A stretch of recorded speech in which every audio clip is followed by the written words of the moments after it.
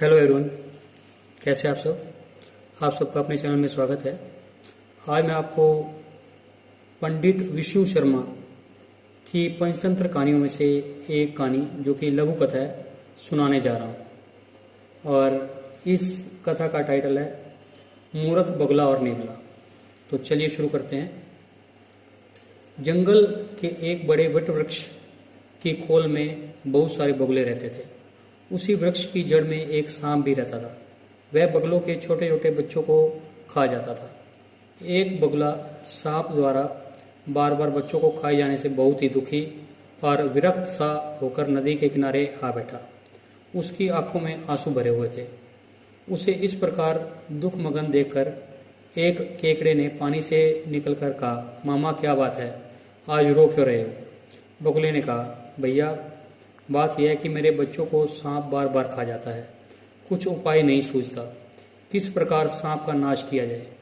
तुम ही कोई उपाय बताओ।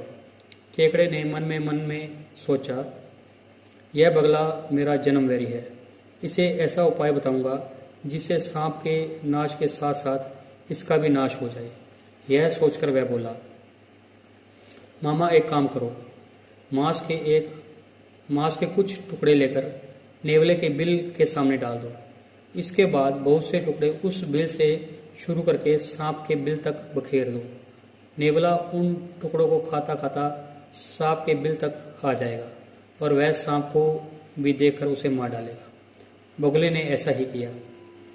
नेवले ने सांप को तो खा लिया, किंतु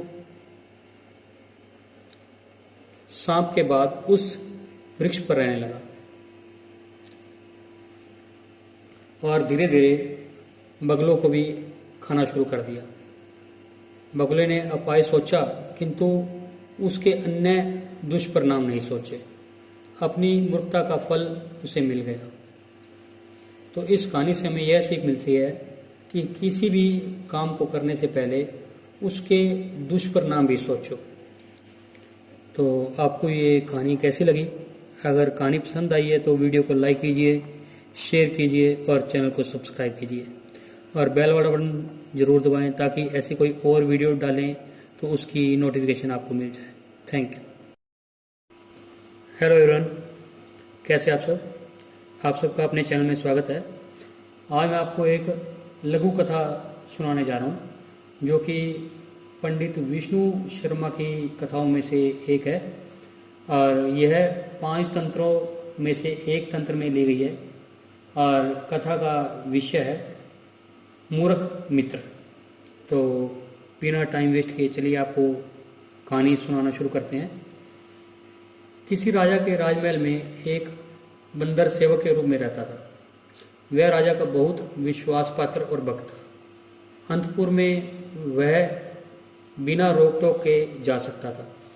एक दिन जब राजा सो रहा था और बंदर पंखा झल रहा था तो बंदर ने देखा कि एक मक्खी बार बार राजा की छाती पर बैठ जाती। पंखे से बार बार हटाने पर भी वह नहीं मानती, उड़कर फिर वहीं बैठ जाती। बंदर को क्रोध आ गया।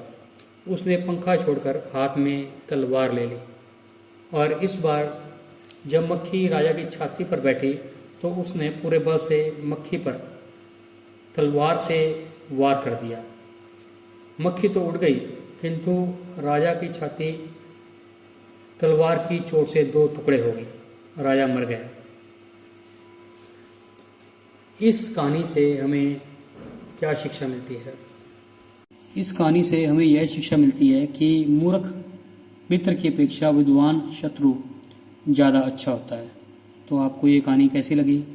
अगर पसंद आई है तो वीडियो को लाइक कीजिए, शेयर कीजिए और चैनल को सब्सक्राइब कीजिए और बेल वाला बटन ज़रूर दबाएं ताकि हम ऐसी कोई और कहानी डालें तो उसकी नोटिफिकेशन आपको मिल जाए। Thank you.